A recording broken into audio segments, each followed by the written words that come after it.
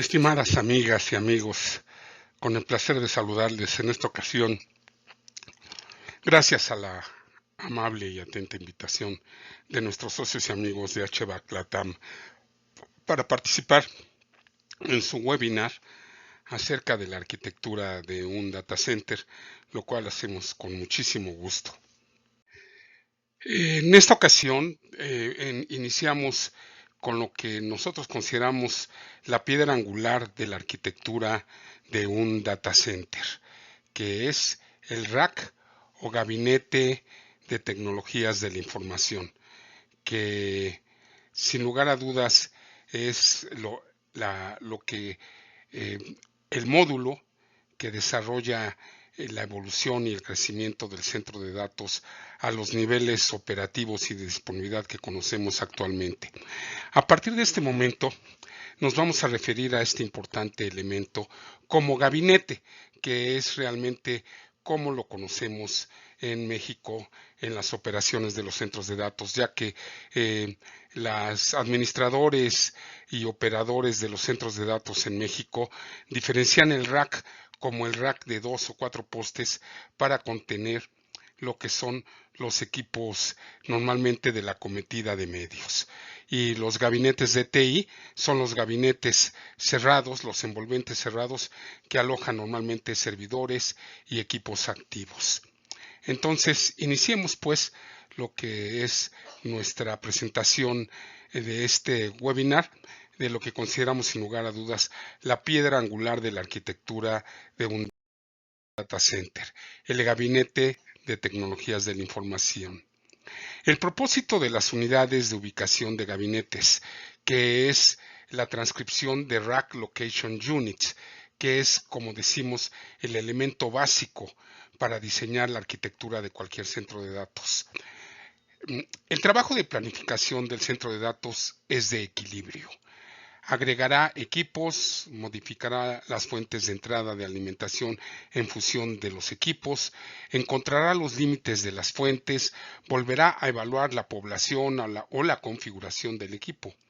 Encontrará que el presupuesto ha cambiado y a continuación volverá a evaluar el equipo y los recursos inherentes a él mismo. El sistema de arquitectura Rack Location Unit, RLU, por sus siglas en inglés, es un sistema completamente flexible y escalable que se puede utilizar para determinar las necesidades de equipos para un centro de datos de cualquier tamaño, ya sea que resulte ser de 100 o de 1000 metros cuadrados. El sistema se puede utilizar tanto si está diseñado un centro de datos que se construirá a medida como si se utiliza un espacio predefinido.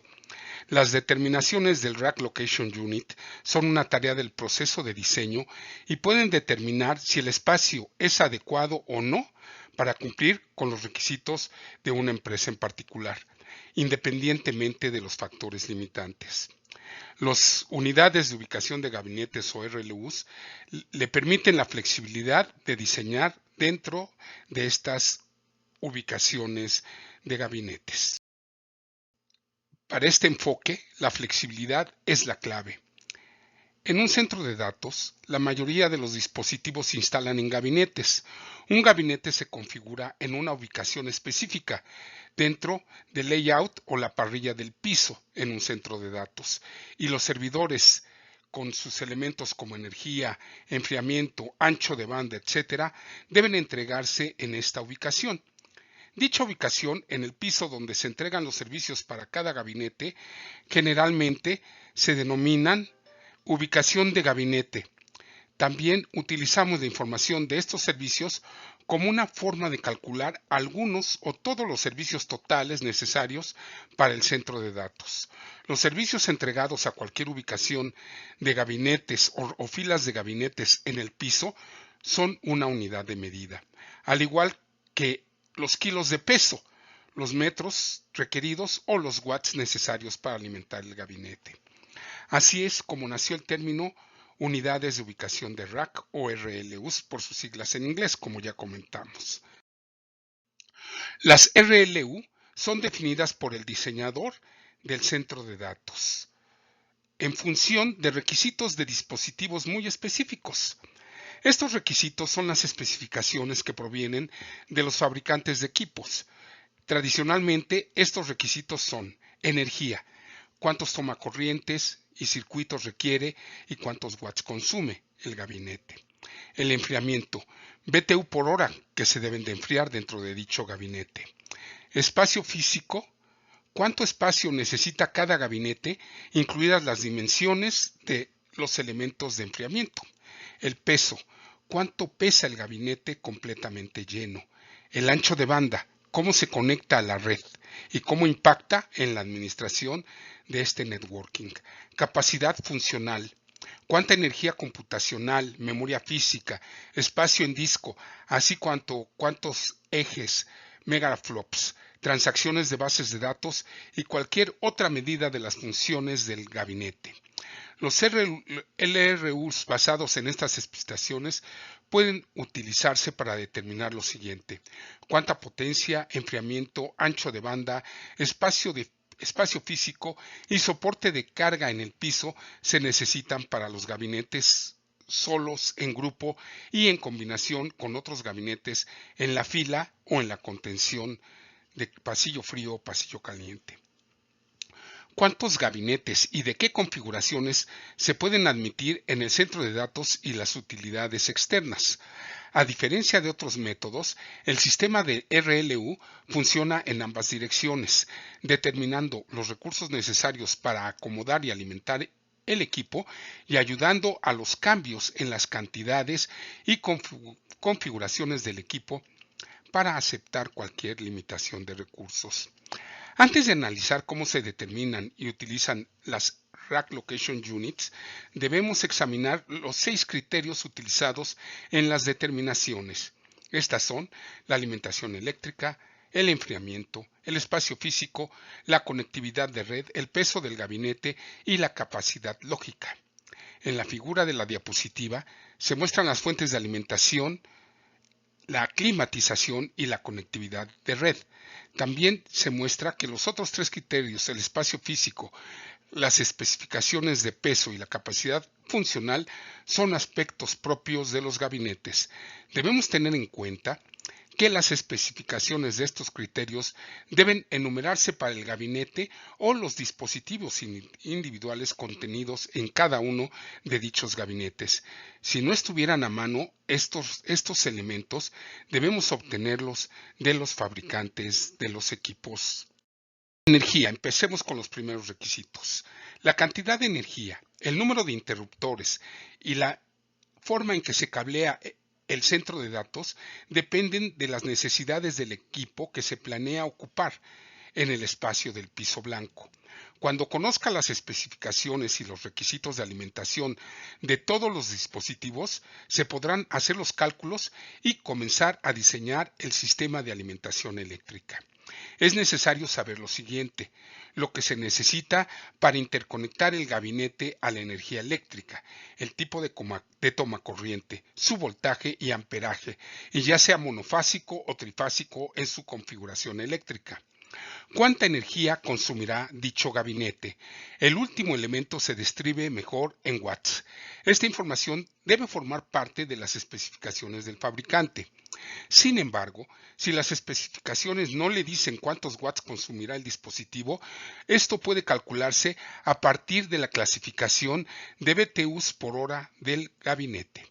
También es necesario saber si el gabinete cuenta con alimentación redundante. Si es así, todos los requisitos de uso de watts deben multiplicarse por este valor. Si el gabinete no tiene alimentación redundante, el multiplicador es 1. Si tiene energía redundante o requerimiento de energía redundante, el multiplicador es 2. En una especificación Rack Location Unit se hace referencia a este multiplicador como RM o multiplicador de redundancia por sus siglas en inglés.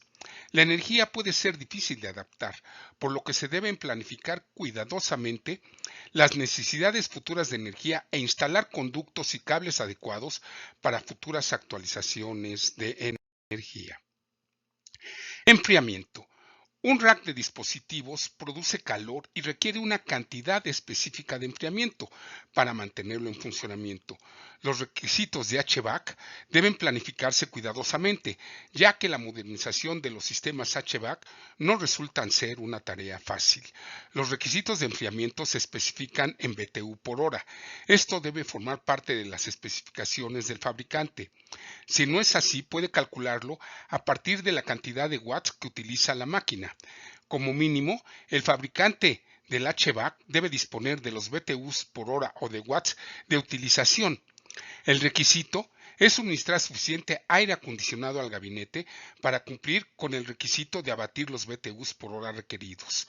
Por ejemplo, si tiene un gabinete que tiene un requisito de enfriamiento de 10.000 BTUs por hora y el sistema HVAC solo puede suministrar aire acondicionado a esta ubicación del gabinete con una ubicación del 90%, entonces debe entregar 11.110 BTUs por hora. En el pleno, para compensar esta ineficiencia, el pleno es el área del volumen en el centro de datos determinado entre la parte superior de la placa de piso elevado y la parte inferior de la placa del falso plafón. Trabajar con su contratista de HVAC para asegurarse de esto es la mejor recomendación. La cantidad de área en pies o metros cuadrados necesaria en el piso para cada gabinete debe tener en cuenta no solo las dimensiones reales de dicho gabinete, sino también sus dimensiones de enfriamiento. Esta es el área fuera del gabinete que se utiliza para extraer aire, para enfriar los componentes internos y expulsar este aire caliente fuera del gabinete y devolverlo a la cámara de retorno.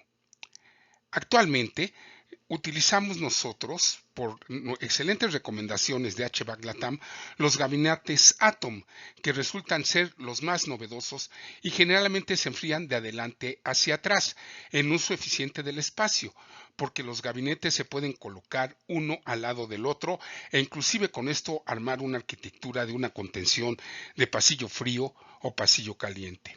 A diferencia de los gabinetes más antiguos y los gabinetes de otros fabricantes que pueden aspirar o expulsar aire hacia los lados. Las dimensiones que se utilizan para determinar las Rack Location Units deben incluir estas áreas necesarias para el enfriamiento. Posibles dimensiones de refrigeración. En esta imagen de la diapositiva dentro de las líneas punteadas de diferentes gabinetes. Como comentamos, la figura de la diapositiva muestra ejemplos de las dimensiones generales de enfriamiento de los gabinetes con diferentes patrones de flujo de aire. Estas dimensiones también indican las áreas mínimas que deben dejarse sin obstrucciones por otros equipos para permitir el libre flujo de aire. Debemos consultar con el fabricante para conocer las especificaciones reales de las dimensiones requeridas para el enfriamiento. El espacio de enfriamiento requerido fuera de la fila de gabinetes a menudo se puede utilizar como pasillos y espacio libre. En una configuración de adelante hacia atrás, el área de enfriamiento sería parte del 40 al 50% del total de pies o metros cuadrados necesarios para el espacio libre. Ancho de banda. La principal preocupación con el ancho de banda conectividad es el cableado de red y el almacenamiento dentro del centro de datos. Esto se suele hacer con cables de categoría 5 actualmente o categorías superiores y o cables de fibra multimodo. Al determinar la parte del ancho de banda de las Rack Location Units, la preocupación será principalmente si hay o no suficientes conexiones para que el gabinete interactúe con otros dispositivos. Para planificar eficazmente la conectividad fuera del centro de datos, el ancho de banda del servicio de su ISP debe cumplir o superar la capacidad total de las especificaciones de ancho de banda entrante y saliente de su centro de datos. El costo del ancho de banda disminuye con el tiempo, por lo que es posible que no valga la pena sobreaprovisionar este renglón. Se recomienda colocar cables de la mejor calidad y cantidades suficientes para la red y el almacenamiento por adelantado, pero pudiera resultar más rentable comprar switches y puertos a medida que se vayan necesitando. El ancho de banda dentro del centro de datos es el más fácil de adaptar. Si debe reducir costos en etapas de diseño, primero corte el cableado interno, siempre puede agregarlo más tarde según lo permita el presupuesto. El cableado al ISP exterior debe hacerse correctamente al principio, porque cambiar este cable es costoso.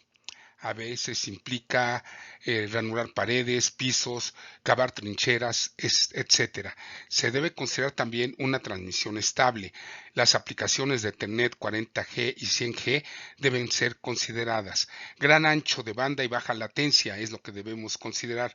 Soluciones de alto rendimiento y alta densidad. Escalabilidad para las actualizaciones, soluciones de alta densidad para optimizar el espacio, compatibilidad más potente, actualización de la red sin necesidad de sustituir el cableado troncal. Las soluciones flexibles para una fácil sustitución deben ser consideradas. El mantenimiento eficiente. El cableado modular está diseñado para un despliegue sencillo y un funcionamiento confiable. De esta manera, se reducen los costos y los riesgos de rendimiento en caso de sustitución o expansión de los productos asociados. Peso. Es fundamental que conozcamos no solo los pesos individuales de cada tipo de gabinete que residirá en el centro de datos, sino también el peso combinado de todos ellos. Con este conocimiento y un poco de previsión en cuanto al peso futuro que se agregará, se puede decidir si el piso existente puede soportar la carga o si está construyendo a medida del crecimiento, puede planificar un contrapiso y un piso elevado que excedan las demandas de peso. Cada gabinete distinto tiene un peso específico. Este peso es generalmente el mismo para todos los gabinetes del mismo fabricante y modelo, pero podría cambiar debido a adiciones o sustracciones en la configuración de cada gabinete. El peso exacto o el peso potencial de los gabinetes en la fila debe utilizarse en los cálculos para garantizar un piso que pueda soportar la carga. Hay que tener en cuenta algunas capacidades de carga en el piso diferentes. Por ejemplo, la carga total del piso, el peso que puede soportar toda la estructura del piso elevado y el subsuelo o el plenum bajo el piso elevado. Esto es particularmente importante si el contrapiso está construido en un piso superior en lugar de en un piso firme.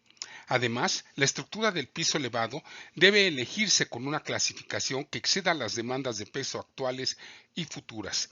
Carga total de las placas de piso elevado. El peso que puede soportar una sola placa de un tipo específico, ya que hay placas sólidas perforadas y que contienen placas con aperturas, ¿sí? O rejillas, normalmente de aluminio o de otro elemento metálico. La cantidad de carga que pueden manejar estos tipos de placas pueden variar ampliamente de un fabricante a otro y de un tipo de placa a otra. El tipo de material y la cantidad de rendimiento son factores clave en la resistencia del soporte.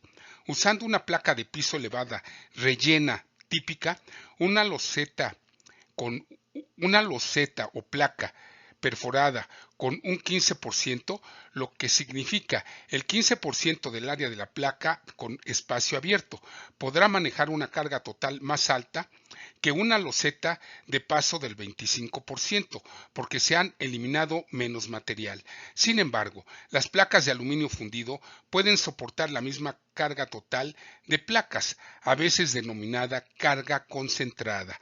Ya sea que la placa sea sólida, perforada o con rejillas, las placas perforadas pueden llegar a tener hasta un 55% de apertura para el flujo del aire.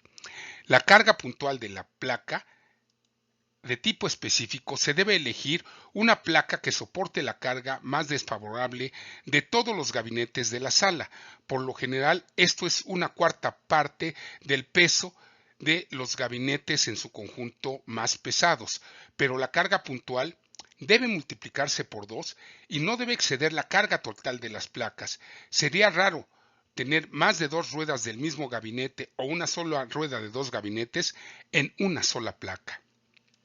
La capacidad de carga es probablemente el más difícil de los criterios de adaptar más adelante. Imagínese tratar de mantener el centro de datos en funcionamiento mientras reemplaza un piso elevado. Preocupaciones sobre el peso. El área que más se pasa por alto en los centros de datos son las clasificaciones de la carga mínima. Ahora hemos llegado a un punto en el que los sistemas de alta gama y los gabinetes de almacenamiento están comenzando a ejercer presión sobre las cargas, las capacidades de carga existentes en el piso, y este problema va a empeorar. A medida que obtenemos más densidad en un espacio cada vez más pequeño, los requisitos de peso por placa aumentan drásticamente. Los sistemas de pisos diseñados para aplicaciones de salas limpias están llegando a los centros de datos, específicamente por las siguientes razones. Por ejemplo, el sistema de piso Tritech de Interface Inc. tiene una placa de aluminio fundido con un 55% de rejilla que puede manejar una carga total de 1.700 libras sobre pulgada cuadrada. El presupuesto suele ser un factor importante al momento de determinar qué tipo de piso elevado se instalará. En algunas aplicaciones de centros de datos, tiene sentido utilizar el mismo piso elevado en toda el área. Sin embargo, hay áreas como áreas de almacenamiento de alto valor, salas eléctricas o áreas con equipos más livianos que podrían no necesitar capacidades de carga de piso tan elevadas. Por ejemplo, el servidor de Sun Microsystems Sun Netra X1 pesa 6 kilos o 13.2 libras. Un solo gabinete con 30 equipos Netra X1 pesaría menos de 500 libras, unos 380 kilos, y eso suponiendo que el gabinete en sí pese 100 libras. Un servidor Sunfire 6800 pesa 1000 libras y el servidor Sunfire 15K inclina la balanza hacia 2200 libras. Sí, eso es una tonelada métrica. Ahora, si sabemos que se tendrán áreas con cargas de piso más pequeñas, se puede usar un piso de menor clasificación en esa área y ahorrar algo de dinero en el presupuesto. Sin embargo, el diseño tiene una restricción para que el equipo en esa área no pueda exceder un peso específico. Si decidiéramos dividir la carga de peso de la planta en el centro de datos, también debemos tener en cuenta el camino hacia el área de carga más elevada. El piso más pesado debe ser el que esté más cerca del punto de entrada. Es una mala planificación construir un piso de mayor clasificación en el otro lado del acceso de su centro de datos y un piso de menor clasificación entre este piso y el punto de acceso, porque el equipo debe transportarse sobre todo este espacio. Espacio físico. Básicamente existen tres aspectos del espacio físico que se deben tener en cuenta al momento de determinar los requisitos de área para un gabinete: las dimensiones de anchura y profundidad de la fila de gabinetes, las dimensiones de refrigeración de la fila de gabinetes, que equivalen a las dimensiones físicas más el espacio adicional necesario para la entrada y salida de aire definido por el perfil de la refrigeración de la fila de gabinetes. Las dimensiones de enfriamiento las describimos en la sección anterior, enfriamiento. El espacio libre necesario para los pasillos, los espacios entre filas, las rampas y la circulación de aire libre, generalmente del 40 al 50% del total de metros cuadrados. Capacidad funcional. La capacidad funcional es necesaria solo para determinar la cantidad y el tipo de Rack Location Units que necesitará para cumplir con el alcance del proyecto. Por ejemplo, un equipo Sun Storage Edge T3 puede contener unidades de 36 GB o 73 GB. Un gabinete completamente configurado de gabinete Sun Storage Edge T3 con unidades de 36 GB tiene una capacidad funcional de 2.5 TB. Un gabinete completamente configurado de equipo Sun Storage Edge T3 con unidades de 73 GB tiene una capacidad funcional de 5.2 TB. Por lo tanto, si el alcance de su proyecto especifica 100 TB de almacenamiento, solo necesitarán 20 equipos Sun Storage T3 con unidades de 73 GB. Se necesitarían 40 si se utilizan unidades de 36 GB. Conocer los requisitos funcionales del centro de datos, entra en el ámbito de la planificación de la capacidad, que no suele ser el papel del diseñador del centro de datos. Recomendamos que para obtener información detallada sobre la planificación de la capacidad, se consulten los siguientes dos libros de Son Blueprints: Planificación de la capacidad para los servicios de Internet, de Adrian Cockcroft y Bill Walker, y Gestión de recursos, de Richard McDougall, Adrian Cockcroft, Ever Hochendorn, Enrique Vargas y Tom Bielaski. También se recomienda Some Performance and Tuning, la segunda edición, de Adrian Cockcroft y Richard Petit. Estos libros ofrecen información excelente sobre los problemas de capacidad y rendimiento que debe conocer para realizar una planeación precisa de la capacidad, sobre todo si vamos a utilizar dispositivos de Sun Microsystems. Pues amigas y amigos, hasta aquí dejamos esta primera parte de nuestra participación en este importante webinar a la que fuimos convocados por nuestros amigos y socios de HVAC LATAM. Continuamos enseguida con el siguiente elemento de nuestro webinar.